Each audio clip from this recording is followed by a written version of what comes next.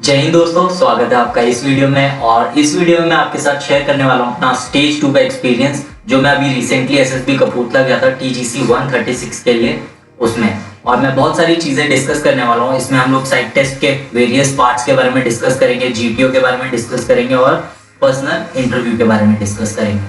तो सबसे पहले शुरू करते हैं। तो हम लोग 171 कैंडिडेट्स रिपोर्ट किए थे। आउट ऑफ 171 27 कैंडिडेट्स स्क्रीन्ड इन हुए थे। और आप ये देख सकते हैं चेस्ट नंबर 10 मैं हूँ।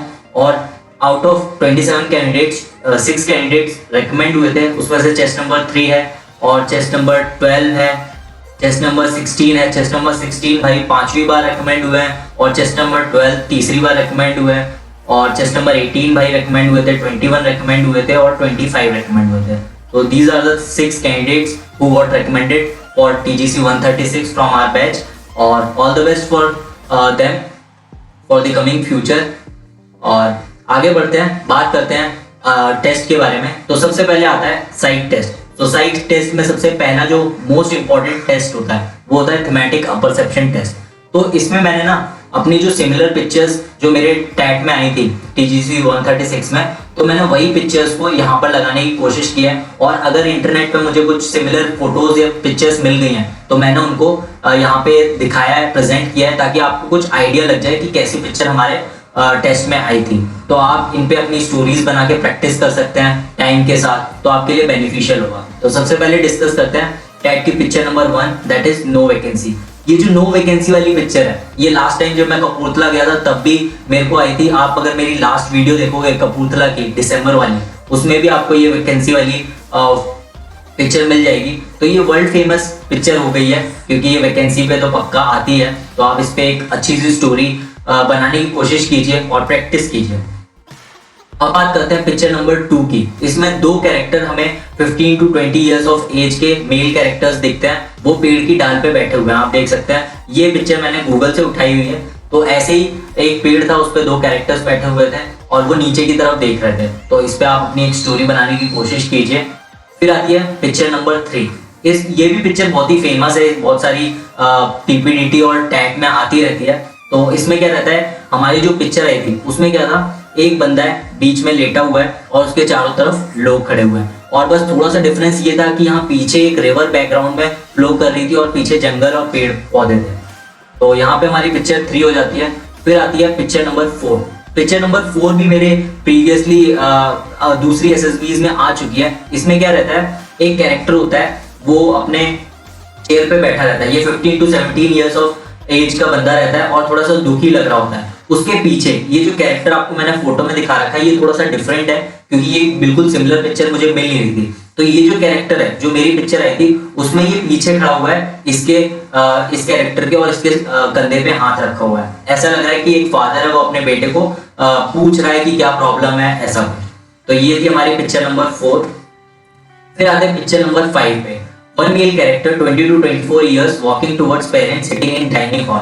तो इसमें क्या था कि 2 कैरेक्टर्स हैं, बहुत ही मतलब ऐसा लग रहा है कि वो पेरेंट्स हैं। एक साइड मदर बैठी है, एक साइड फादर बैठे हैं। फादर अपने हाथ में न्यूज़पेपर लिए हुए है और पीछे एक कैरेक्टर है, वो इनकी तरफ आ रहा है और डाइनिंग हॉल है तो वो उनकी तरफ आ रहा है। तो ऐसी कुछ पिक्चर थी हमारी। तो इस पे आप अपनी एक स्टोरी अच्छी सी बना सकते हैं। फिर आती है पिक्चर नंबर 6। इसमें क्या था, one male character 20 to 25 years of age talking to farmer and fields in the background. ये पिक्चर भी आपने बहुत ज्यादा देखी होगी क्योंकि ये टैग में बहुत ज्यादा रिपीटेटिवली आती रहती है। तो एक कैरेक्टर होता है, वो यंग एज का होता है, एक फार्मर होता है, वो आपस में डिस्कस कर रहे होते हैं कुछ बात, और पीछे फील्ड होती है। ये हमारी हो जाती है पिक्चर नंबर 6। फिर आती है picture number 7। One character standing on the bridge over a river, one group doing river rafting, one group camping near the bank of river. तो बिल्कुल सेम पिक्चर ऐसी ही आ जाती है। उसमें क्या रहता है, एक ब्रिज रहता है, एक कैरेक्टर ऊपर होता है और एक रिवर राफ्टिंग वाले 5 से 6 लोगों का ग्रुप रिवर राफ्टिंग कर रहा होता है, यहाँ पे कैंपिंग कर रहे होते हैं कुछ लोग। तो ये हमारी पिक्चर थी पिक्चर नंबर 7। फिर आती है पिक्चर नंबर 8। ये भी आपने बहुत सारी एसएसबीज में देखा होगा। ग्रुप ऑफ एनसीसी कैडेट्स हैं standing together and one cadet standing alone ahead. तो आपको एक कैरेक्टर होता है एनसीसी का, वो अलग से खड़ा होता है और दूर कहीं पे एक ग्रुप होता है एनसीसी कैडेट्स का ही। तो ऐसी पिक्चर मुझे इंटरनेट पे मिली थी, तो ये बहुत ही सिमिलर थी, इसीलिए मैंने यहाँ पे लगा दिया, आपको हेल्प मिलेगी इमेजिन करने में। फिर आती है picture number 9, one character sailing in the sea and bad weather. तो इसमें क्या था कि एक बोट दिख रही थी और पिक्चर बहुत ही ब्लरी थी, इसमें आपको क्लियरली कुछ नहीं दिखेगा। मैंने कुछ दोस्तों से बात करी, वो लोग बता रहे थे कि इसमें एक मेल और एक फीमेल दोनों दिख रहे थे, लेकिन मुझे एक फीमेल ही दिख रही थी और उसकी वजह से वो बोट सेल कर रही थी। तो ये वो पिक्चर है जो मेरे को इंटरनेट से लगा कि बहुत ही ज्यादा सिमिलर थी जो हमारे टेस्ट में पिक्चर आई थी। फिर आता है picture number 10, one character 15 to 16 walking towards two character, one male and one female discussing maps और ब्लूप्रिंट। इसमें क्या था, एक कैरेक्टर है वो पीछे से चल के आ रहा है, ठीक है, और दो कैरेक्टर हैं ऐसे, ये आपस में डिस्कस कर रहे हैं और इनके हाथ में एक ऐसा लग रहा था कि मैप है या ब्लूप्रिंट है, ठीक है। दो कैरेक्टर थे, एक फीमेल थी एक मेल था, वो आपस में डिस्कस कर रहे हैं, एक कैरेक्टर पीछे से चल के आ रहा है। और ये जो ड्राइंग है मेरी ज्यादा खास नहीं है, लेकिन आपको हेल्प करेगी थोड़ा समझने में कि कैसे कहाँ पे पोजीशन थी कैरेक्टर्स की। फिर आती है पिक्चर नंबर 11, इसको मैंने बहुत ज्यादा कोशिश की इंटरनेट पे सर्च मारने की, लेकिन मुझे अनफॉर्चुनेटली मिली नहीं। तो मैं कोशिश करूंगा आपको एक्सप्लेन कर देता हूँ ऐसे। One male character 20 to 25 years standing at the gate looking backward. तो ये पिक्चर पहली बार मेरी एसएसबी में नहीं आ रही है। लास्ट टाइम शायद मैं कपूरथला गया था, तब मेरी पहली पिक्चर भी यही थी और इस टाइम भी टैट में सबसे पहली पिक्चर यही थी। इसमें क्या था, एक कैरेक्टर है, ठीक है, वो गेट के पास खड़ा हुआ है और आसपास थोड़ा सा रुइंस जैसा है, ऐसा लग रहा है कि बहुत ज्यादा उस घर में कोई घुसा नहीं है, और ये अपने पीछे की तरफ मुड़ के देख रहा है। ये मतलब सामने जा रहा है और गेट के पास पहुंचता है और पीछे की तरफ देखता है। तो ऐसा कुछ पिक्चर था। आई होप आपको थोड़ा सा हेल्प मिला होगा। और पिक्चर नंबर 12 हमारी होती है ब्लैंक स्टोरी, तो आप उसको प्रिपेयर करके जाइए पहले से ही। तो अब बात करते हैं दूसरे टेस्ट के बारे में, दैट इज वैट वर्ड एसोसिएशन टेस्ट। तो ये कुछ वर्ड्स हैं जो मैंने अपने दोस्तों की मदद से रिकॉल किए थे और उनको लिख लिया था, तो आप इन पे वैट बनाने की कोशिश कीजिए।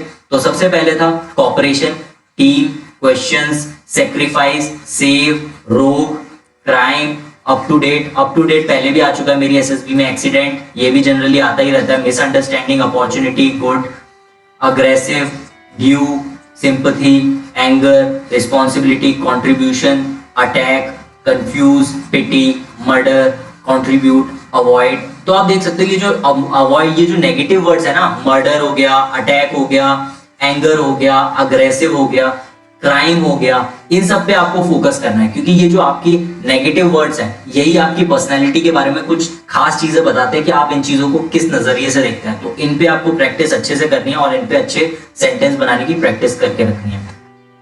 फिर उसके बाद आते हैं हम लोग SRTs पे, that is situation reaction test. तो सिचुएशन रिएक्शन टेस्ट की कुछ मेरे पास PDF है, तो मैंने उनमें से प्रैक्टिस करी हुई थी। तो मोस्ट ऑफ दी SRTs है ना सिमिलर लाइंस पे ही होती हैं। जैसे कि अगर आपके फादर जल्दी रिटायर हो जाते हैं लेकिन आप कॉलेज में हैं और आपके पास फाइनेंशियल स्टेबिलिटी नहीं है फैमिली में, तो आप क्या करोगे? तो क्या करोगे आप? ट्यूशन लोगे, एक्स्ट्रा क्लासेस लोगे, ताकि आप हेल्प कर सको फाइनेंशियली अपनी फैमिली को। बाद में आप जॉब के लिए प्रिपेयर करोगे और जॉब पाओगे। तो ये जो अगर आपको बिल्कुल SRTs के सेट्स चाहिए प्रैक्टिस करने के लिए, तो आप मेरा टेलीग्राम का चैनल ज्वाइन कीजिएगा, live a life less ordinary. उसका लिंक मैं आपको डिस्क्रिप्शन में भी दे दूंगा और आपको वहां से SRTs के सेट भी मिल जाएंगे। SRTs के बाद आता है सेल्फ डिस्क्रिप्शन। तो सेल्फ डिस्क्रिप्शन पे मैंने एक अलग से वीडियो बना दिया और उसमें एग्जांपल दिया है एक रेकमेंडेड कैंडिडेट का। तो आप उस वीडियो को देखिए, अपनी SD उसी के अकॉर्डिंगली अपनी पर्सनलाइज्ड SD तैयार कीजिए, क्योंकि सब इंडिविजुअल्स अलग होते हैं, तो सबकी SD भी अलग ही होगी। क्योंकि अगर आप किसी रेकमेंडेड कैंडिडेट की कॉपी करेंगे तो ये आपके लिए ही नुकसानदायक होगा, क्योंकि वो आपकी पर्सनैलिटी के साथ मैच नहीं करेगी। तो हमारा साइक टेस्ट हो जाता है। उसके बाद हम लोग बात करते हैं GTO की। तो GTO में सबसे पहले GD होते हैं, दो टाइप के GD होते हैं, जिसमें GD1 होता है जिसमें हमें 2 टॉपिक दिए जाते हैं, ठीक है। 2 टॉपिक में दिए जाते हैं, उसमें से हमें एक टॉपिक चूज करना होता है। तो टॉपिक 1 हमारा था since independence which government policy played a major role for the growth of the country, 1991 economic reforms, make in India और रिजर्वेशन। और जो हमारा टॉपिक 2 था GD1 के लिए, looking at the current scenario, India should focus on which part of the world, Middle East, Central Asian countries, Africa. तो हम लोगों ने टॉपिक 1 को लिया था और उस पर अच्छा खासा डिस्कशन हुआ था। फिर उसके बाद आता है GD2। इसमें हम लोगों को कोई ऑप्शन नहीं मिलता है टॉपिक के लिए। तो टॉपिक था what is the major reason behind reason for high unemployment in India, population, lack of technical skills and education system. तो हमारे दोनों जीडी बहुत ही अच्छे हो जाते हैं क्योंकि हम लोगों को इनमें ज़्यादा दिक्कत होती नहीं है बोलने में। तो आप इनमें भी प्रैक्टिस कर सकते हो, इनके बारे में इंटरनेट पे सर्च मार सकते हो, कुछ बेटर पॉइंट्स आपको मिले और उनको आप अपने नॉलेज इंक्रीज करने के लिए रख सकते हैं। उसके बाद हमारा जीडी हो जाता है, उसके बाद आता है GP, that is group planning exercise. तो मैंने एक छोटा सा मैप बनाने की कोशिश किया है जो हम लोगों ने जीपी वहां पे देखा था। तो आप देख सकते हैं, मैं आपको मैप एक्सप्लेन कर देता हूँ पहले। ये जो हमारा नॉर्थ है इस साइड है, और ये जो है रूपज और रूपज इस साइड है। ये 20 किलोमीटर्स है रेलवे लाइन से, यहाँ से है 20 किलोमीटर्स, यहाँ से है 15 किलोमीटर्स। ये हमारा टेम्पल है, ये हमारा रेस्ट हाउस है, यहाँ पे एक विलेज है, ये रिवर है और ये रुइंस हैं। और ये जो रेड कलर की रोड है ये मेटल रोड है, और ये जो डॉटेड लाइंस वाली रोड है ये कच्ची सड़क है, ठीक है। और ये जो रागी है यहाँ से दूसरी सिटी जो है 22 किलोमीटर दूर है, और रेलवे लाइन से 15 किलोमीटर दूर है। और हमारी जो स्केल यूज हो रही है वो 5 सेंटीमीटर इक्वल्स टू 1 किलोमीटर है। तो मैं आपको एक नैरेटिव सुना देता हूँ जो हम लोगों को सुनाया गया था। तो एक हम लोग कॉलेज की टीम है, ठीक है, 8 बंदों की टीम है, वो रागी से, ठीक है, रूपज जा रहे हैं एक एनुअल फंक्शन अटेंड करने के लिए। तो वो बीच में रेस्ट हाउस पे रुकते हैं क्योंकि उनकी गाड़ी पंक्चर हो जाती है। तो वो वहां पे चाय पानी पीते हैं, वेट करते हैं गाड़ी ठीक होने का। तब तक उनके पास एक बंदा भागता हुआ आता है, ठीक है। वो बताता है कि टेम्पल जहाँ पे टेम्पल है वहां पे एक गाड़ी पलट गई है और उसके अंदर एक इंजर्ड ड्राइवर है। फिर उसी के साथ ही एक और बंदा आता है, वो आपको बताता है कि जो रेलवे ब्रिज है उसके पास 2 सस्पिशियस बंदे उस रेलवे ट्रैक को डैमेज कर रहे हैं ताकि वो डीरेल कर सके ट्रेन को, ठीक है। फिर तीसरा होता है, आपने ये जो रुइंस मैंने जो बताए थे, रुइंस के पास ये जो 2 सस्पिशियस बंदे जो डैमेज कर रहे हैं ट्रेन को, ठीक है, यही लोग ड्रग डील करने जाते हैं एक फॉरेनर के साथ रुइंस में आफ्टर डैमेजिंग दी ट्रैक। ये हमारी थर्ड प्रॉब्लम थी।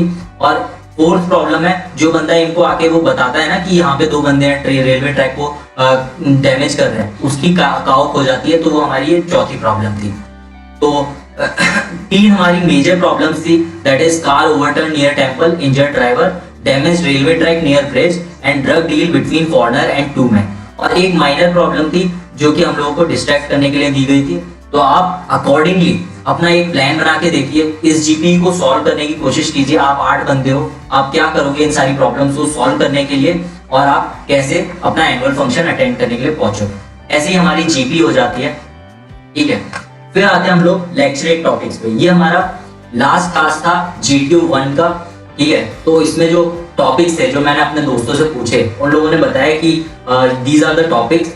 तो India moon mission, disaster management, my best friend, Indian girl child policy, importance of Indian Ocean region. ये जो टॉपिक था importance of Indian Ocean region, ये मेरा टॉपिक था, मैंने इस पे डिलीवर किया था लेक्चरेट। फिर J&K way forward, health is wealth, Indian foreign policy, ISRO, ये भी बहुत इंपॉर्टेंट है। मैंने बहुत जगह देखा है कि इसरो बहुत ज्यादा लेक्चर टॉपिक्स में आता है। My role model, Indian nuclear doctrine, deforestation, UN reforms, ये भी बहुत इंपॉर्टेंट टॉपिक है। Terrorism, Digital India, Project Tiger, picnic, article 370, India soft power, my hobbies, geography of India, online shopping, India China border disputes, population boon और bane, Dalai Lama, corruption, women empowerment, social media, Twitter, electoral reforms, theatre versus OTT, आजकल ये भी बहुत ज्यादा आ रहा है, theatre versus OTT, startup. तो ये थे लेक्चरेट टॉपिक्स। और अगर आपको चाहिए कि मैं लेक्चरेट टॉपिक्स पे वीडियोस बनाऊं तो आप कमेंट कीजिएगा इस वीडियो के नीचे, मैं उन टॉपिक्स को लेके वीडियोस बना दूंगा ताकि आपकी हेल्प हो सके। इसी के साथ हमारा GT हो जाता है। तो GTO का एक किस्सा मैं जरूर सुनाना चाहूंगा। हमारा एक चेस्ट नंबर था, चेस्ट नंबर 8। तो हम लोग इंडिविजुअल ऑब्स्टिकल्स पार कर रहे थे। तो आपने एक देखा होगा कि एक स्क्रीन जंप होता है जिसमें एक स्क्रीन लगी रहती है और एक रैंप होता है जिसके ऊपर से हम लोगों को कूदना होता है, दूसरी तरफ सैंड होता है। तो क्या हुआ था, वो बंदा जब चेस्ट नंबर 8 हमारा कर रहा था तो उसने 2 बार जंप मारी तो उसका पैर लग जाता था जिसकी वजह से स्क्रीन गिर जा रही थी, ठीक है। तो वो किसी और ऑब्स्टिकल पे नहीं गया, ठीक है। उसने सोचा कि आज तो इसको करना ही है। तो उसने क्या किया, यहाँ से जंप मारी है और वो बिल्कुल पैरेलल हो गया, क्योंकि पहले जब वो सीधा वर्टिकली जंप मार रहा था ना तो उसका पैर लग जा रहा था। तो उसने क्या किया, हम लोग ऐसे जंप मारते हैं, ऐसे ऐसे दौड़ रहे हैं फिर ऐसे करके जंप मारते हैं, उसने बोला कि अब पार करना है, तो उसने यहाँ से जंप मारी ऐसे डॉल्फिन की तरह डाइव मारते हुए पैरेलल हो गया बिल्कुल और दूसरी तरफ गिरा है। तो एक्चुअली ये सब हम लोग को इसलिए पता चला क्योंकि हमारा जो दूसरा ग्रुप था उसने देखा था इसको ये टास्क करते हुए, तो बहुत ही ज्यादा फनी हो गया था और उसके लिए बहुत ही ज्यादा रिस्की भी हो गया था क्योंकि ऐसे ये टास्क करना नहीं चाहिए। तो जब ये गिरा था तो सब लोगों ने देखा और सब लोगों को दर्द महसूस हुआ, जो ये जिस दर्द से गुजरा होगा। तो बाद में जब कॉन्फ्रेंस चल रही थी तो डेप्यूटी प्रेसिडेंट भी पूछ रहे थे कि ये जो स्क्रीन जंप है ये इसको करने का तरीका ये तुम्हारा सही है कि क्या किया तुमने, तो ये बता रहा था वहां पे। तो बहुत ही फनी इंसिडेंट हुआ था, मजा आया था इसके बारे में सुन के। तो दोस्तों अब बात करते हैं पर्सनल इंटरव्यू के बारे में। तो पर्सनल इंटरव्यू मेरा जब हो रहा था तब सबसे पहले मैं अंदर गया तो मेरा प्रेसिडेंट साहब ने ही इंटरव्यू लिया था, सरदार जी थे। तो सबसे पहले मेरा इंटरव्यू बिल्कुल कंफर्ट करने के लिए इधर उधर की बातें करते हैं कि आप कहाँ से आए हो, कैसे हो, बढ़िया हो, कैसा क्या साइक टेस्ट आपका, साइक टेस्ट में आपने SRTs कितनी की थी, कितनी नहीं की थी, पिछली बार से आपकी SRTs कंपैरेटिवली ज़्यादा की है, कम की है, क्यों की है। तो ये सब बातें हो रही थी हल्की फुल्की। फिर उसके बाद शुरू होता है मेरे से सबसे पहले जॉब रिलेटेड क्वेश्चंस पूछे गए।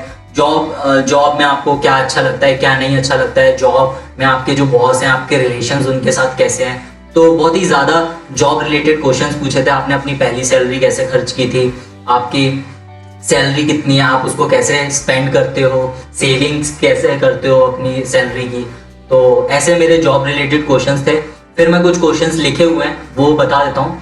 तो when did you have the argument last time with your father, ये क्वेश्चन हर बंदे से पूछा गया था जब भी वो प्रेसिडेंट साहब के पास इंटरव्यू देने जा रहा था। Then what are the 3 things you avoid in life, like ये क्वेश्चन भी बहुत ज्यादा पूछा गया था। मेरे से ये पूछा गया था रोल मॉडल कौन है आपका और वो क्यों है। What are the 3 things you are afraid of, ये भी क्वेश्चन पूछा गया था। Job related and 3 things you like and dislike about your company, 1 achievement in your company, ये भी पूछा था। जैसे मैंने आपको बताया जॉब रिलेटेड क्वेश्चन सबसे पहले शुरुआत में पूछे गए थे। फिर उसके बाद बेसिक जो CIQ होता है अपना, एजुकेशन से रिलेटेड, फैमिली से रिलेटेड, हॉबीज से रिलेटेड, इस पे 3 रैपिड फायर राउंड्स हुए थे। अगर आपको CIQ जानना है तो आप मेरे टेलीग्राम चैनल पे CIQ डला हुआ है, तो आप उसको वहां से ले लीजिए और अपने आंसर्स को प्रिपेयर कर लीजिए ताकि आपको वहां पे जाके प्रॉब्लम ना हो। फिर बाद में एक क्वेश्चन पूछा था व्हाई आर्मी, आप आर्मी ज्वाइन क्यों करना चाहते हैं। फिर थोड़ा जनरल नॉलेज पे आ गए थे। यूक्रेन की नेबरिंग कंट्रीज के बारे में पूछा गया, उनके नाम पूछे गए। एक बहुत ही अटपटा क्वेश्चन मेरे से पूछा गया था मेरे 4th सेमेस्टर के सब्जेक्ट्स के बारे में। तो इंजीनियरिंग में हम लोगों के 4 साल होते हैं, 8 सेमेस्टर होते हैं और पता नहीं कितने सब्जेक्ट्स होते हैं। हम लोगों ने जब हम उस सेमेस्टर में थे तभी हमें पता नहीं चलते थे हमारे कितने सब्जेक्ट्स हैं और कौन कौन से सब्जेक्ट्स के नाम है। तो अब 1 साल बाद कैसे ही याद रहेगा कि हमारे सेमेस्टर में सब्जेक्ट्स कौन कौन से थे उस पर्टिकुलर सेमेस्टर में। तो फिर इसके बाद recently inducted weapons in the Indian army, ये पूछा था। फिर 3 things your father and brother would like you to improve, ये क्वेश्चन भी मेरे से पूछा गया। बहुत सारी SSBs में पूछा गया, मेरे से AFSB में भी ये पूछा गया था। तो ये हमारे कुछ इंटरव्यू के क्वेश्चन है जो मुझसे पूछे गए थे इंटरव्यू में। आप जरूर से इन सबको प्रिपेयर कीजिए क्योंकि ये बेसिक आउटलाइन है इंटरव्यू की, इसके ज्यादा बाहर कुछ जाएगा नहीं। तो PIQ और इससे रिलेटेड ही आपका इंटरव्यू होने वाला है। तो ये था दोस्तों मेरा एक्सपीरियंस स्टेज 2 का SSB कपूरथला फॉर TGC 136। अगर आपको कोई भी क्वेरी है तो आप मुझसे इंस्टाग्राम पे पूछ सकते हैं, मैसेज कीजिए मुझे इस इंस्टा ID पे, मैं आपको जरूर से रिप्लाई करूंगा। और आप मुझे मेल भी कर सकते हैं हमको 97yadav@gmail.com पे। और अगर आपको टेलीग्राम चैनल ज्वाइन करना है और फॉर स्टडी मटेरियल और अदर थिंग्स तो आप ये लिंक पे क्लिक कर सकते हैं और ज्वाइन कर सकते हैं। Thank you for watching this video, मिलते हैं आपसे नेक्स्ट वीडियो में।